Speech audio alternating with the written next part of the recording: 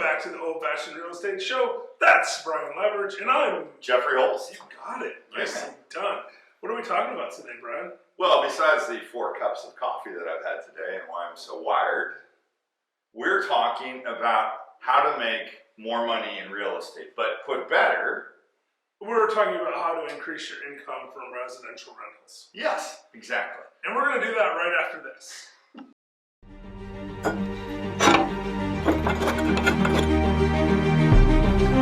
Welcome to the Old-Fashioned Real Estate Show, where hosts Brian Levredge and Jeffrey Holst pour out old-fashioned real estate advice.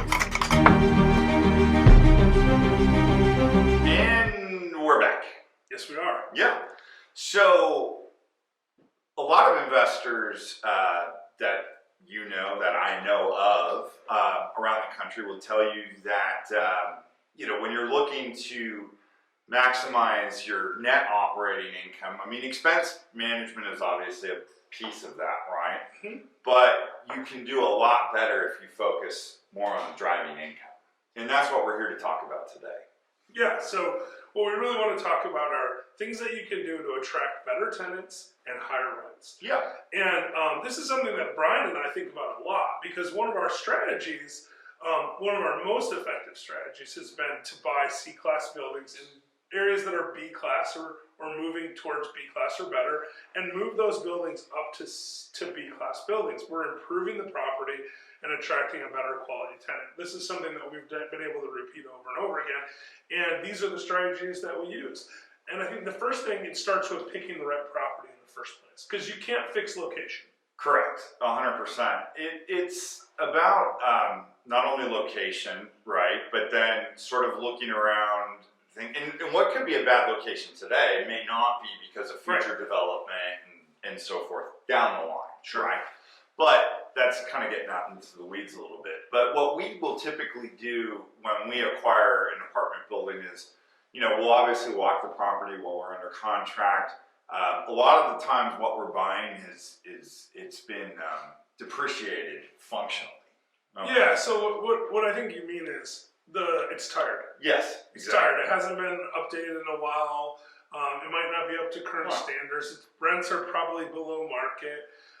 So that makes it easier, which is why I said picking the right property first is one of the most important things. Because if you pick a property that's a Class A that was built last week and has everything perfect and everything's up to standards, there's probably not much you're just riding that bus. Yeah, which there's nothing wrong with that strategy. Yeah. But understand that this is a different strategy. This is when you're taking an existing property you have, maybe you've owned it several years and you feel like it needs refresh, or maybe you just bought it from an owner who is tired. No. I mean, we've bought properties from people who are, maybe they haven't put any real renovation in 15 or 20 years. Exactly, and I think that's probably the single biggest mistake we see, right? So a lot of times people think that investing involves the acquisition of the asset, and then it's just, we're just going to operate it, and we're going to try to wring as much net operating income out of it as we can over time without really reinvesting. Yeah, by cutting costs, because cutting costs is one of the 2 ways to increase your net operating income. The problem is cost cutting today can be very short-sighted if it causes bigger problems. And in our experience, residents, renters, they want to live in the best place that they can afford, okay? And so there's generally always going to be a demand for that. So offering a product, that looks essentially new, because it is, we'll typically go in, if the roofs are old, we'll replace those, because people do look at that sort of thing. Same thing with windows. Now, we're not talking about spending money unnecessarily, to be clear. But you want the exterior of the property to look nice. Because that's the first, that's people's initial impression. In fact, I've often thought about this. If I were to buy let's say a 20-unit building, and I paint the outside, put in new windows, and do everything to make it look nice, we restripe the parking lot, and I renovate one unit, right, and I show that unit, does that person in that unit care at all about the other 19 units? And the answer is no. They're going to walk up to a beautiful looking building on the outside, and they're going to walk into a beautiful apartment. Yeah. Conversely, it doesn't make a ton of sense to go spend a fortune remodeling the inside of a unit and making it look like Shangri-La, and then not do anything on the outside, because people are going to pull up and they're going to be like, Oh. People want to be proud. I think the thing is, people want to be proud of their apartment.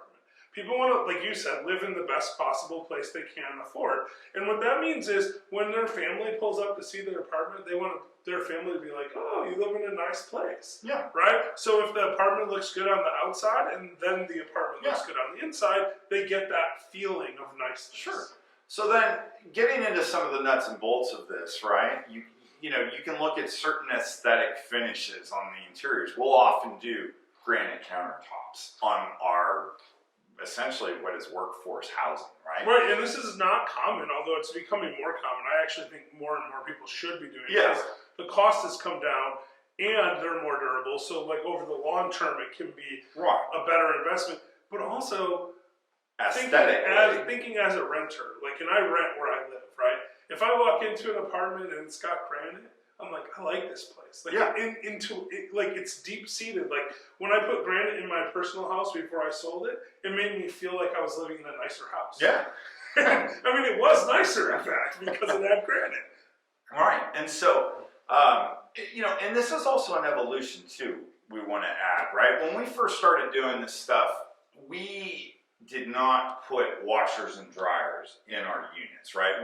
We typically, is important to, in our markets that we invest, to have units that at least have laundry hookups. Now you can't do that 100% of the time, but we try to whenever possible, right?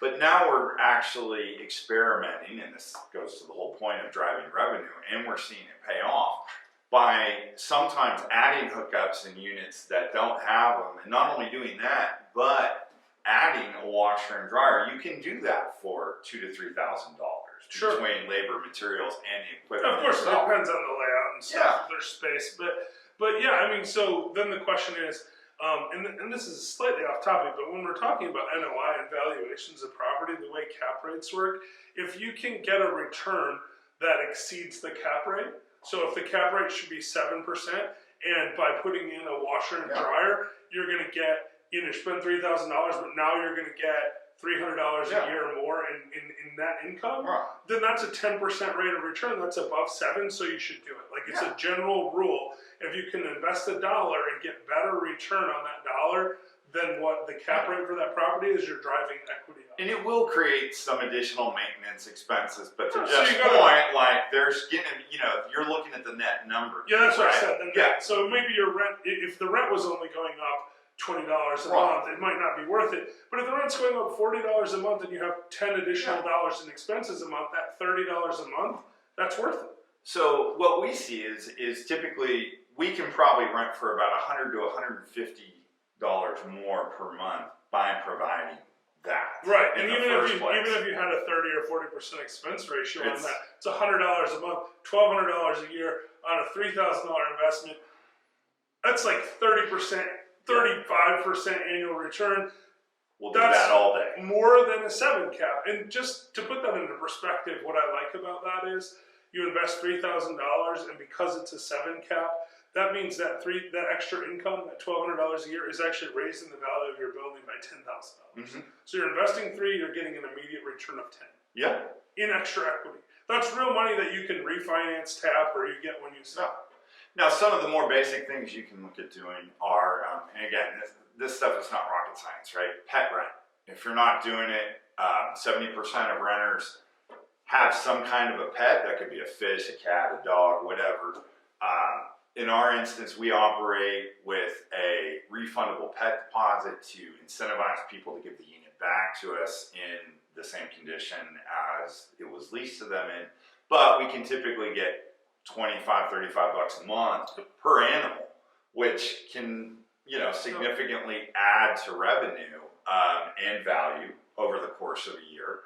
And then, you know, other things are, believe it or not, water and sewer buildbacks, right? So a lot of apartment buildings are single meter on water, and so you can do a flat billing or RUBS basically, where you're charging back for that sort of thing to at least offset, right? But that's almost like more of an expense recapture, so you don't want to go too far on that. It is income. Yeah. I mean, it's extra additional income that you get.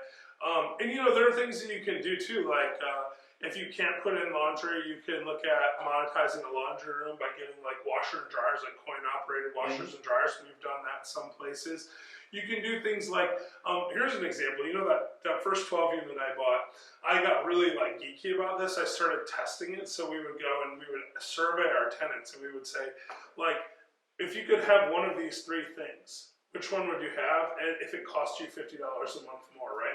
And we did that, and we ended up putting in sliding glass doors and little mini patios behind there because we found that we could get $75 a month more, and it was costing us like $1,500 to put it in. So like we just put one little privacy fence and a sliding glass door instead of a folding door, and people were happy to pay $75 more a month for that because it made them feel like they had a private space. So you can do things like that. You can also add additional amenities like gazebos and grills or playgrounds or pools. Like people pay for this stuff. Yeah, no, they do. I mean, and even in say a more urban, dense area from a population perspective, you could charge for parking as well. We see multifamily properties doing that a lot. Yeah, and in fact, my apartment when I was in law school, you had free parking, but you had, if you wanted a carport, it was $75 a month. Yeah. You could have a cover to keep the snow off of you. Right. Now, that's not as big of an issue in Chattanooga, but in Michigan, that was an expense that many people were willing to pay so they didn't have to scrape up their car every day. And a lot of multifamily owners also offer what's called resident benefits packages, which is something else that can drive a lot of revenue and not a significant bottom line operating expense. And benefits packages can comprise any different number of things, but it could be credit reporting, it could be concierge maintenance, it could be renter's insurance, you know, all bundled together. And then oftentimes the landlord, owner, management company, etc., will mark those up. Right, and so that's outside of the cost of those, which are typically third-party services, I might add. So they don't necessarily create additional operating expense for you as an owner. You can increase your baseline revenue doing that too. Yeah, and I mean, of course, there are a myriad of strategies you can use to save on costs, but we're focusing on increasing income here. So is there anything else that you can think of on the income increasing side that you think is, you know, something that's a good strategy people might not be thinking about? You know, sometimes we'll see things where like landlords will do a filter program for HVAC and things like that. Like, hey, we'll come change your filter, which is actually makes a lot of sense from an ownership perspective. Great, because you get to inspect the unit, see if it's being trashed. And also you get to make sure that your unit's being protected because you're changing the filters regularly. Where like I've had apartments where I've lived in for years and no one ever looked at my filters. Again, speaking from experience, we've left 6 filters in a closet for somebody, told them at the beginning of the lease, and then when they move out, there's 6 filters in the closet. Yeah. So. Well, and I mean, I'll be honest with you, like, out of sight, out of mind, right? Like as a tenant, like you don't care that much about the quality of, as long as your air quality hasn't gotten bad, and after a year, it's not that noticeable. And sometimes, it's just long term. And sometimes too, really take a look at your building, right? Like not all units in a complex are created equally, right? Like units that are up on higher floors that have balconies and views will generally rent for more of a premium than other units. Same thing with end units in a building and so forth. And so, you know, you might want to create a pricing program that differentiates those things and kind of drives demand in different directions. Yeah, and also you could capture it too. Like, you know, we're talking about some of these amenities, especially if you have 100 units, 200 units, right? You might say, you know what? I don't know that every single one of my tenants will pay for granite or hard surface floors or updated trim packages or something, but some might. So I might give them 2 options. Here's the pictures of what it looks like here. This rents X dollars. This one's X plus $10 or whatever it is, right? And I think those kinds of things can really make a difference. But there are myriads of other ways to do this. We could talk about it all day, Brian. But I think really the one takeaway before we wrap is that it's always an evolving process, right? And you have to keep up with where the market trends are. And if you don't, you're going to fall behind. Yeah, especially if like your neighbor's property has granite and yours doesn't. That it's not just that you're going to get more rent for having grant. It's that you might not get tenants if you don't have grant. Yeah. Right? Like in some markets, it can actually be that dramatic. And so it's really important to be thinking about these things and keeping up with, like you said, the trends. So with that, thank you again for watching the show. Make sure to like and subscribe, and we really appreciate you checking out. Until next time.